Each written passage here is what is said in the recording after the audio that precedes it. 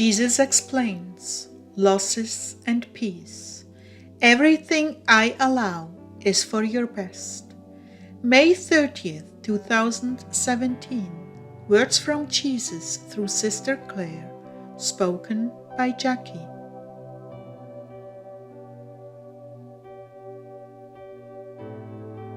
Jesus began, "My dear June brides, I know in this moment many of you are still undergoing torment. I'm well aware of the trials that are besetting you. Even the strange things never before experienced are plaguing you, and yet you have shown your substance by standing strong in the midst of turmoil. Let me remind you that there is a deeper place for you to stand, a much deeper place, a place of peace and union with me that nothing can touch. I know the battle is raging on the surface, but at the depth all is peaceful and calm. This is where I need you to reside." Part of your new season entails overcoming the things that have thrown you into a panic before. Fears, terrors, stressors, losses, so much turbulence that ended in loss. But what you're experiencing now can end in gain. All that is needed is your faith and obedience. Go deeper, my brides, go deeper. There is a place where you can stand when the storm rages and be untouched by it.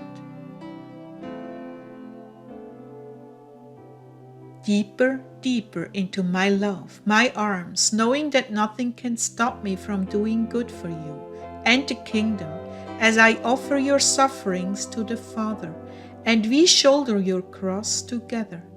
Many of you have life and death changing events on your horizon. To you I say, whatever I allow will be for your best. You will in fact look back and thank me profusely for all you had to endure in this season. There is joy and good things coming to you, but you must stand until the work I'm doing in your soul is complete. These are finishing touches on your faith. These are end of semester exams, structured to bring you into more stable footing in your faith than ever before in your life. Remember, the darkest hour precedes the dawn. You are approaching that hour, and your steadfastness in the face of these darkest trials and darkest of all circumstances is preparing you to stand through the next leg of your journey. In the faith that nothing happens to you in this life that is not to your benefit. You may protest and say, "How can this circumstance benefit me?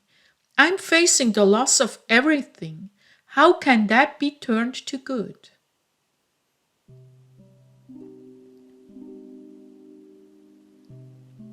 This is where I'm telling you that I am in control here, not the enemy. He thinks he controls life and death because I allow some of the things he does, using them for your good. But he's sadly mistaken. In all things, he's working for me. He's arranging the classroom that will ultimately lead to your perfection. I am in control. He is not in control. I will bring good out of this. He will lose. He has always lost and is serving me and my purposes, like it or not.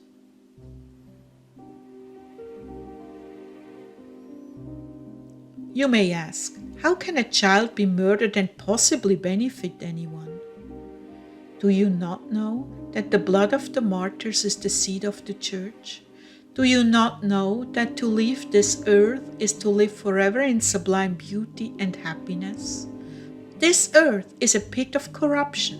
When I take a life into my bosom, I'm relieving them of their term on this prison planet.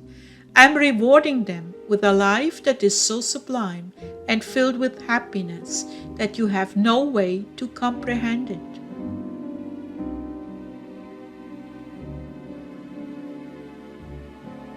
In the meantime, what is a loss for the parents is a great gain for the kingdom of heaven, in that their child will have carried a cross that results in the salvation of a great many souls that were perishing in that hour.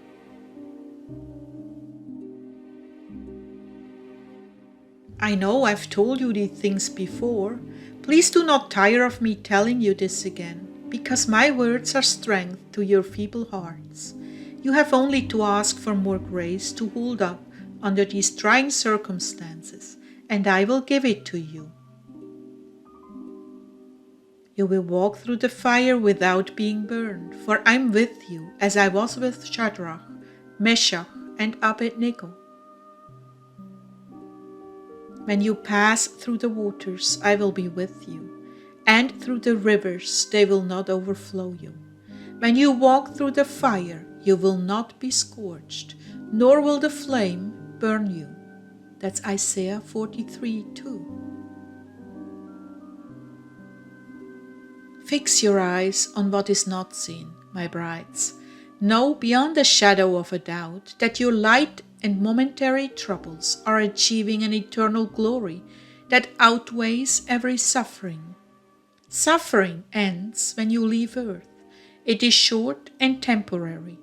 Glory is eternal. Eternal bliss, eternal peace, eternal happiness, on a scale never experienced on this earth.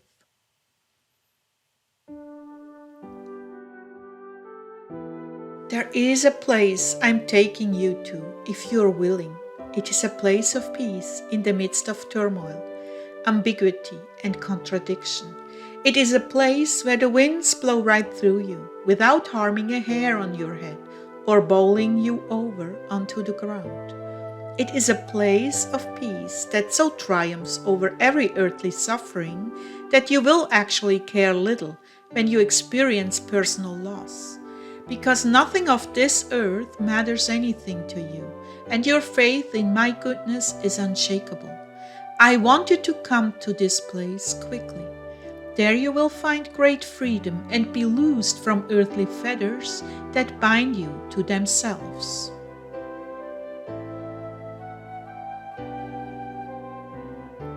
I want you to have freedom, joy, and peace, but for this to happen, you must renounce the temptation to indulge in the carnal emotions like self-pity, anger, grief, accusation, unforgiveness, insecurity, and fear of all that threatens your life. If you call out to me for more strength, I promise you greater happiness and peace than you have ever experienced in your lives. It is the peace that passes all understanding, a peace only I can give. And it will come when you allow trials to work deeply in your heart to become detached from this world. Don't fight against the pain, flow with it to a new pinnacle of peace.